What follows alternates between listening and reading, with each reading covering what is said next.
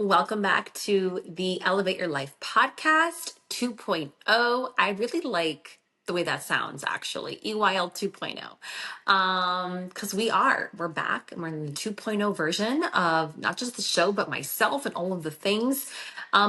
Welcome back.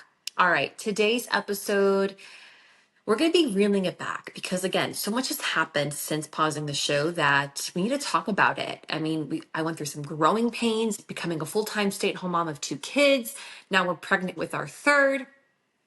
And the focus of today's episode is how motherhood redefined my definition of worthiness and completely just stripped me down and built me back better. I don't know if you've experienced that. I mean, I'm sure to a degree you have, whether you're a mom or a new mom or, been a mom for a long time and your kids are grown. I feel like we're always going through something and we're building back better. And if you're not, then you're probably missing the opportunities that are being presented to you as invitations. So be really mindful of what's happening around you because things are constantly happening around you as invitations to recognize and to take hold of them. So often we ignore and avoid the things that actually cause discomfort to keep the peace or avoid conflict or avoid from having to show up in some sort of reservation or friction. But that is the magic. That is where you get to show up and show forth on how you've built back better. Are you the same person you were and going to coward and shrink and belittle? Or are you going to stand firm in your confident truth in what's important to you and to be convicted in that and to follow through and to lovingly hold yourself and whatever the situation is accountable, and to navigate through that and come out on the other side. And it all ties in together because until you truly feel worthy within yourself, you're not going to be taking those opportunities by the reins. I don't want to say by the balls, okay, because we're ladies over here, but you're not going to really be owning them and, squeezing them for all of the juiciness that's inside, waiting for you to claim, okay? Life is waiting for you to claim it. And everything that happens in it is an opportunity for you to rise above. But so many of us are not taking those opportunities and we're just waiting for our moment to shine, waiting for the one day we're going to wake up and feel ready, waiting for the day that someone's going to choose us. And all of a sudden, everything's going to change and I'm going to feel so much better. Just like when my husband proposed to me and I all of a sudden grew in status. I'm no longer a girlfriend. I'm a fiance. I'm a wife to be. And yeah, that's true. But I'm still me. I'm still Ileana. I still have my full range of strengths and weaknesses and wounds and triggers and downfalls and insecurities and amazing qualities. But let's not trade titles for overcompensating and masking them, giving us our false sense of worthiness. My worthiness didn't increase because I became a fiance. That must come within me and overflows into the titles and the different accolades and responsibilities that life then gives us and we step into, right? It doesn't work the other way around. And motherhood really showed me that my first, full year being not just stay-at-home mom, but becoming mom of 2, like I said. And, you can skirt by being a mom of 1.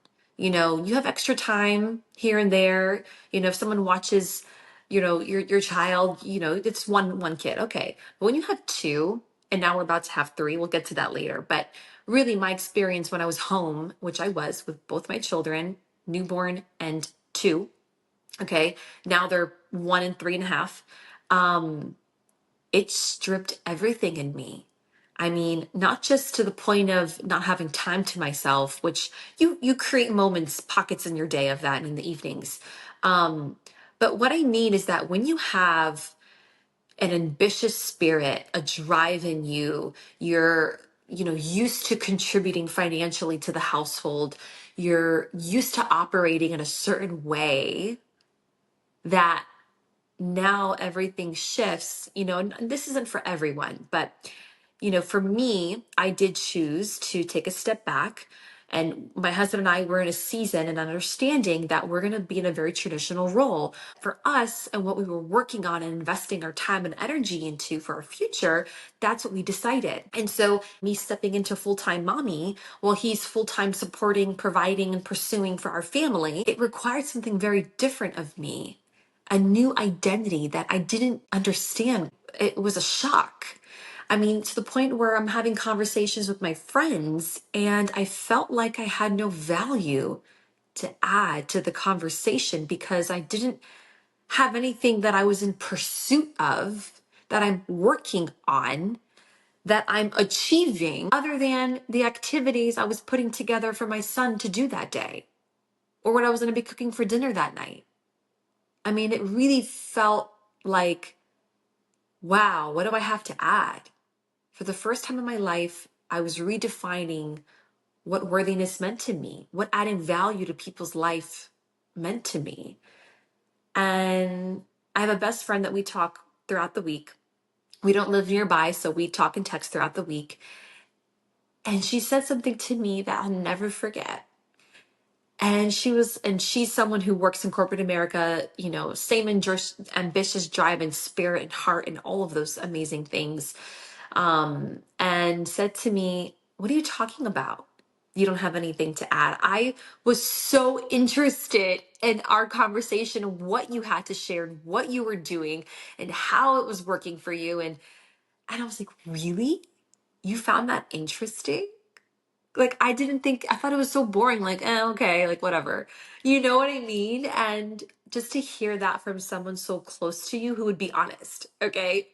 Like, they're not going to lie to you. They're going to be honest. It really helped reshape how I thought of my role as a stay-at-home mom and how society views stay-at-home moms. Another person that inspired me to rethink about this entire role was Elena Cardone, a powerhouse woman. Okay, look her up. She's an amazing, incredibly inspiring woman. They have two daughters. And she said, you only get so much time with your littles in the beginning of their life. I mean, 0 to 5, 0 to 10, whatever age you want to call it. You never get those years back. Those are your years to own, to claim, to create memories, to build habits in them. And they learn by watching you. And after that, they're going to be with their friends. And then after that, they're going to be moving on with their life. So you really only get this really short period of time. And if you're going to do it really well. Like, if you're gonna play dinosaur, go be the best dinosaur. If you're gonna play dolls, go play dolls really well. Like, and it helped me rethink and reshape how I even viewed the role to begin with.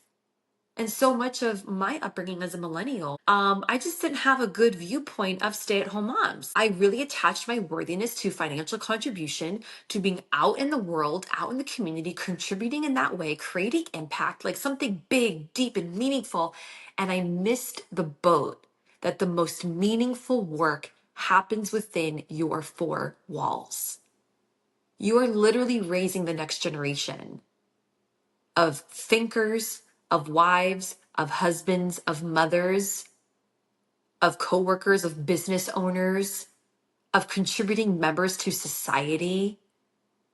How do you not value that role? How do you misplace that level of worthiness externally for the amount of value that is happening internally?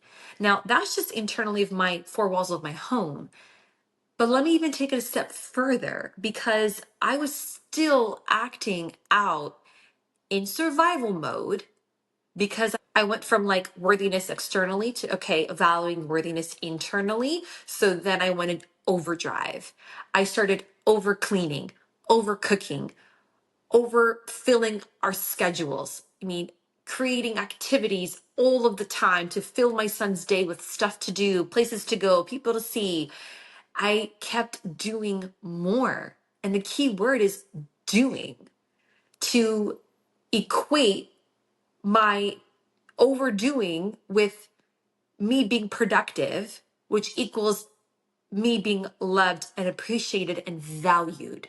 So even though I was focusing on my four walls, okay, I was over cleaning to not be seen as lazy. I was giving my kids what I thought was the best possible experience by filling up the day with activities and playground time and this and this and that, all the while just to prove my worthiness in a different way, because I was still trying to attach it to something. It hadn't yet clicked that the worthiness lives inside of me. It is unlimited. It is something that you're born with.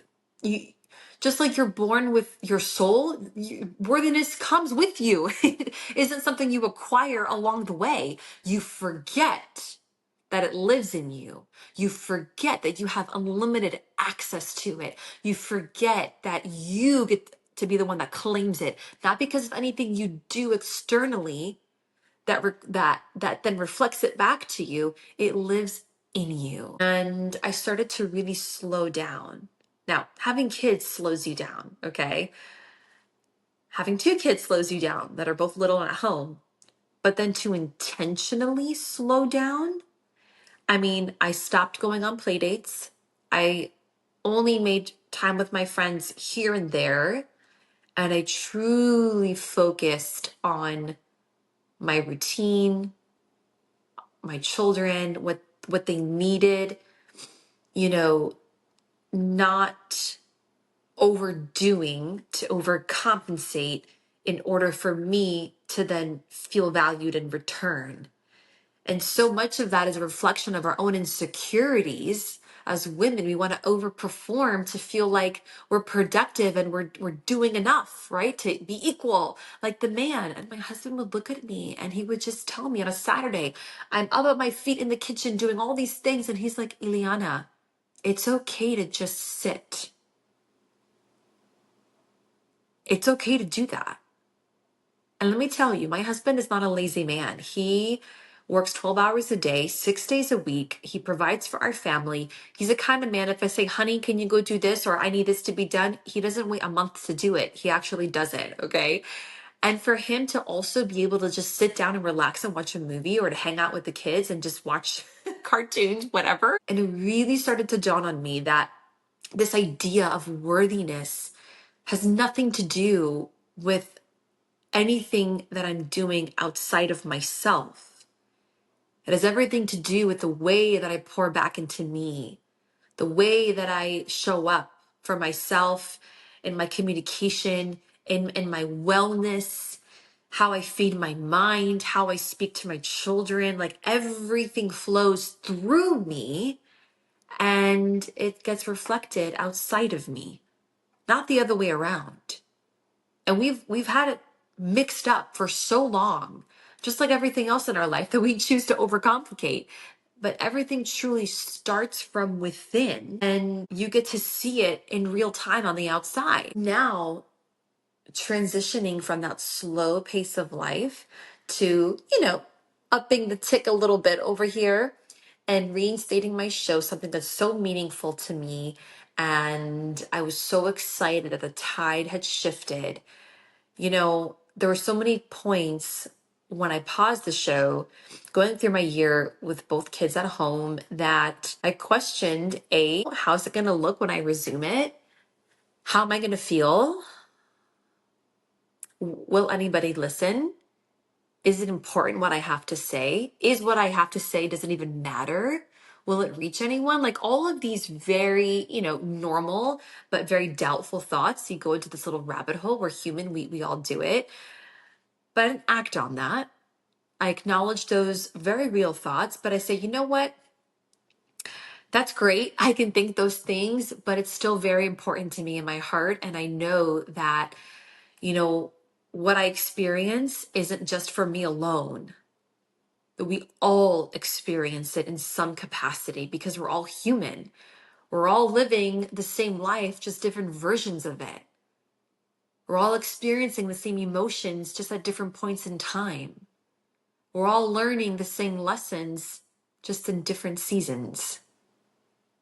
And yes, it is important that I share those things. It is important that somebody hears that, to know they're not alone, to know they're not going through something that no one else has gone through before, that they have a sisterhood, that there is community, there is someone who understands them, there is someone who says, I got your back, you're going to get through this. It may be a tough time, it may be a rough season. You may not know how you're going to get through the next day or the next week or the next month, but everything in life is temporary and you get to choose how you move through it. And I really wanted to start this show a long time ago, not wait a full, what was it, almost a year and 4 months or so. But that's what it was. And I was really impatient towards the 6 month mark, the 8 month mark, the 1 year mark. And I kept reminding myself that this season is temporary, the tide will shift. And when that tide shifts, I will be ready. But until then, I'm relinquishing this pressure that I'm putting around this thing, because when the time comes, it will happen and it will be perfect timing. So I really hope that spoke to somebody today. I hope that you recognize that your worthiness, whether you're a mom, a wife, single, young and working, whatever your situation is, or your kids are grown, that your worthiness doesn't come from anything you do out in the community or within the four walls of your home. It really stems from the contents of your own heart. It is something you're born with and you get to harness and you get to move through life with. And now I move with more confidence. I don't have as many people pleasing tendencies in me anymore. And not only motherhood has helped me with that, because I don't have time to people please because I'm so focused on my own kids and their needs, but really understanding where that value within me comes from. I don't need to perform or act or be some type of way for somebody else to be liked, loved, appreciated, valued, because I like me. I value me. I believe in myself. My kids love me. That unconditional love that they have for me every single day really showed me that it's not what you do. It's who you are. It's just your being, your presence. It's like Jesus. You don't love Jesus because he's Jesus and he performs miracles. You love Jesus because of his presence. And I heard this from someone, his presence is what heals you, not what he does or says. It's his presence. And even though he is not here walking among us for us to see, touch, and talk to, you feel that presence. And that alone gives you hope. That alone gives you a sense of joy and peace in your life and a sense of knowing on the next steps you want to take ahead of you. That same presence he's given us. We all stem from the same tree. So that worthiness is a presence that lives in you. It's not based off of what you do. Overall understanding how significant something so little may seem, but how significant it is and the type of impact it can truly have on your energy, on your presence, and the rippling effect that will have in your life. If you struggle with people pleasing, it's a lot to do with the value, the self-worthiness, the self-love, and the self-respect that you are not giving yourself, because you're placing that in the hands of someone else, expecting them to love you in return when you're not giving that to yourself. So when they fall short or disappoint you or get busy with their life and aren't paying attention to you, they're not going to be right there to give that to yourself overflowingly. Right? You rely on other people to give that to you. And sometimes the best thing you can do is to just go in a cocoon. Sometimes you need to do that. Slow your pace of life down. Really get back to the simplest of things and pour into your cup. What brings you joy? What makes you happy? I like being in my kitchen. I really do like making new things. I made roasted bone marrow lunch yesterday on a slice of toast with an herb olive oil lemon salad. And then I made a bone marrow broth afterwards. I've been sipping it in the mornings. Like, I like doing stuff like that. It makes me happy. It makes my body feel good. And just doing more of the things that really truly bring you joy and fill your cup. I know it's so cliche to say that, but it's so true. When you start to notice that you're not acting out in survival mode anymore, is really when you're going to start to thrive. Thriving externally is so different than thriving from the inside out. For the next 2 weeks, I really want you to start noticing what invitations is life presenting to you that you're not claiming. Is it the dog barking? Okay, like mine was last night and drove me bonkers, that you can create more patience. Is it the people on the road who cut you off, the kids who are constantly asking you questions, requests, and the demands, harsh tone that was spoken to you by your spouse? All these little things that are happening throughout the day that you don't even pay attention to because they're just, it's life, right? It's daily life. How can you show up with that self worthiness, that self respect, that self love?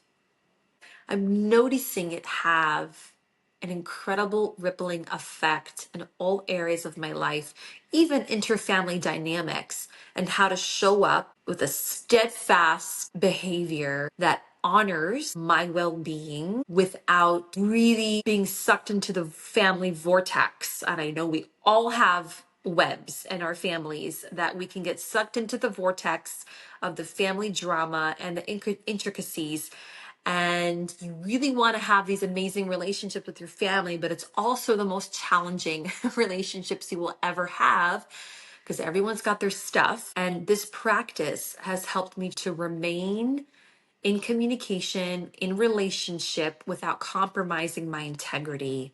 And that is so important. When you are acting out of integrity, you feel it. You don't move the same. You don't talk the same. Your breathing is shorter. Okay, it's more inconsistent. You're not fully present because you know that you're being inauthentic. You know that you're acting. You're not truly living from the inside out. So start to notice these differences and these opportunities, where you can take hold of them, where you can reclaim that worthiness inside of you, and to recognize the difference of when you're externalizing it and expecting the outside to reflect it back to you versus living it out from the inside, and knowing that regardless of who acknowledges it, it's you that is moving this way, that is acting this way, that is, going to sleep, waking up this way. It's very noticeable. It's very, very noticeable. And the only people I tell you who won't acknowledge you, who won't be like, dang girl, like look at you doing your thing, are the people who are jealous of you, envious of you, and don't want to see you win. When you show yourself the self-love, respect, and worthiness that you know lives inside of you and you deserve, it is so noticeable, it's hard not to see it. So I'm going to leave that with you today as your task for the next 2 weeks. I encourage you to use me as your example. Say that you have a friend that's gone through something and maybe it's a little easier for you to talk about it to someone else. If you have a tough time being vulnerable, I encourage you, come back and listen to this again if you need that repetition in your mind, and to say, okay, I'm going to listen to this girl again. She really spoke to me. I'm going to listen to this again on my walk so I can really ingrain it in my brain, because the more times you hear something, the more often it's going to stick. Like I have the same songs that I listen to get myself in the right mindset. Why? Because they resonate with me. So if this resonates with you, I encourage you, come back, re-listen, but more importantly, share it with somebody you know needs to hear it. Share it with somebody you know is going through a season right now that they need a sister to be like, I got your back. I thought of you this morning. But I'm so grateful for my sisters that have always sent me content, videos, audios, the things that lift my day up, that help me realize I'm not so much in my head, that I can drop back into my heart, and that things don't have to be as hard as life is sometimes. I'm sending you so much love. And please, if this spoke to you, go give the show a 5-star rating wherever you are listening, on Apple, Spotify. If you want to go the extra mile and be that person, leave me a review. It is literally the heartbeat of this podcast. There is no other way that the show gets spread or marketed. It is you. It is you are the walking billboard. So if this spoke to you, please, please, please be our Elevate Your Life billboard.